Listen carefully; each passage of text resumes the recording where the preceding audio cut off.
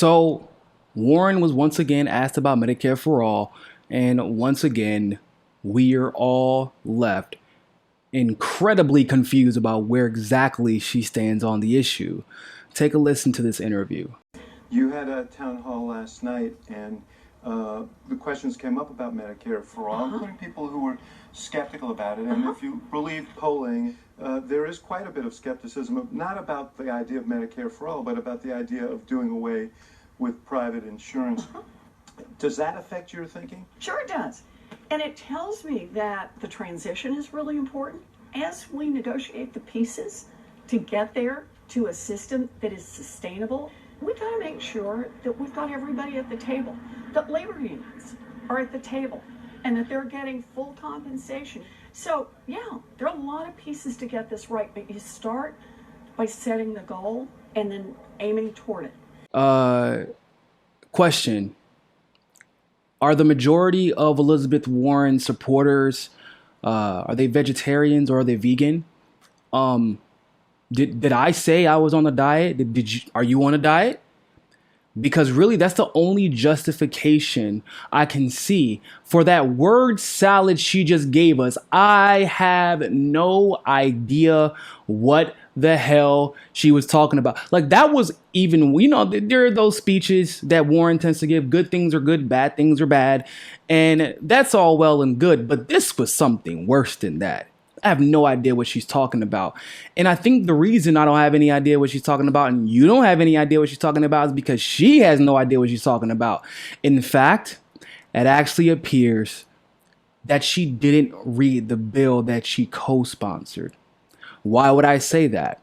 Because if she did read the bill that she co-sponsored, then Elizabeth Warren would know. This answer to his question would be, well, actually, you don't have to give up your private health insurance. Now, if you have private insurance that covers duplicative care, you won't need to worry about that anymore. Here's why. Because this bill that is signed, at least in the Senate, that I co-sponsored, will cover the duplicative care. However, if you have supplementary care or special needs or special circumstances, you will still be able to increase insurance like that. Unions will also be able to give supplementary care to all of its workers. So maybe you want orthodontic care and your union wants to persuade you to join by offering something like that. Ophthalmology care, chiropractor care, all of these things and more, increased number of visits per month, per year, per 6 months, etc., etc., etc. That would have been the answer. The answer would be, well, we're not killing private insurance completely. We're only giving you a private option. However, everyone in this country is entitled to baseline, basic medical care, preventative care, to visit your OBGYN, to visit the pediatrician, to get monthly checkups, biannual checkups, glasses and things like that, dentistry. Like, we are all entitled to that healthcare because it does make a difference into how we go about our business, being productive members of society. That would have been the answer, Elizabeth Warren, if you were looking for one to give. But what that answer demonstrated to me is that she is not all in for Medicare for all. And once again, most importantly, that she actually has no idea what she's talking about because she hasn't read the bill. Otherwise, why not just say private health care isn't eliminated? Am I crazy for that? Now, there are a lot of people still pretending that Warren is progressive in some respects. And I do have a problem with that codification. The reason why is because I don't feel like you can only be progressive in some respects.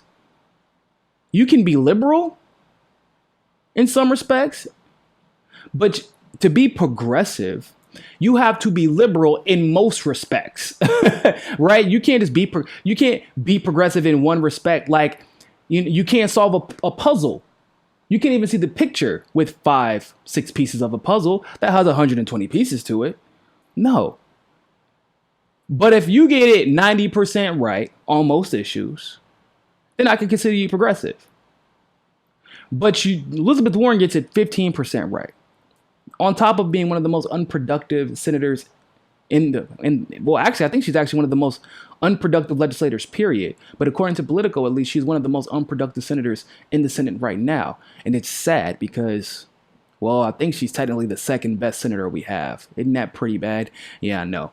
I'll let you know how important it is to get big money out of politics so we can start replacing some of these senators in there, because that's what wins Senate races.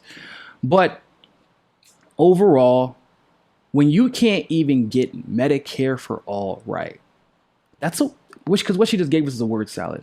She is not, this is supposed to be the policy wonk, right? That's what she always gets characterized as, the policy wonk. If you can't even get that right, you can't even give us a straight up answer on that. You can even give us detail. This is what it's all about. Coming to the table, coming up with a plan, setting a plan to go forward, and then moving forward with that plan. Yeah, 100% agree. I agree. We should have everybody at the table. Yeah, I'm a fighter. So why didn't she go into details about why some of those fears are unfounded? She's the policy wonk, right? She's super intelligent. She did the same thing that she did during the debates. She said a bunch of nothing, but everybody considered her to be progressive. She always flip-flops from, we have to fight for every inch, we can't settle, to, well, but I am willing to compromise in more than many, many ways. Really? Pick one. I understand compromise is necessary, but you're operating from the ground of everybody come contribute, but it's not in one of those situations where everybody has to sit at the table and you're working towards progress. It's everybody come contribute. Republicans, conservatives, GOP, people who have no idea what they're talking about on the issue. Everybody. No, you're the president. It's supposed to be your legislation if this is something that you stand for and are going to fight for, which right now, based off of that word salad, does it sound like she's going to fight for us? No. And this is supposed to be something that you're going to fight for, but yet you don't seem willing to fight for. I get it. We want everybody. We want everybody who understands what's going on at the table. But everybody isn't running for president. You are. And right now, in my humble opinion, Elizabeth Warren is not demonstrating the conviction nor the policy knowledge that she supposedly has when it comes to Medicare for all or a lot of these issues that she's been discussing. And if you don't have conviction, and if you don't have the knowledge, and if you don't have the general support, how can you get anything done when you know that you're not going to have control over all three of the checks and balances? Probably at any point if you get elected, if Elizabeth Warren gets elected. You got to be willing to put your foot in someone's ass to do the right thing. And Elizabeth Warren has not demonstrated the propensity to do so. Thanks for watching that segment of Mi Casa es Su Casa. Make sure you follow us on Twitter, on Facebook, on Roku TV, and on JustNForm.com. Also, you can make sure that you're subscribed to the channel by going to the subscribe button, pressing it, and hitting that notification bell to get all of our notifications. And of course, you can help us reach our goal of 500 patrons on Patreon by supporting the show by donating as little as $1. You can click on the link in the description below for that. And remember, more than anything else, find your balance. Peace.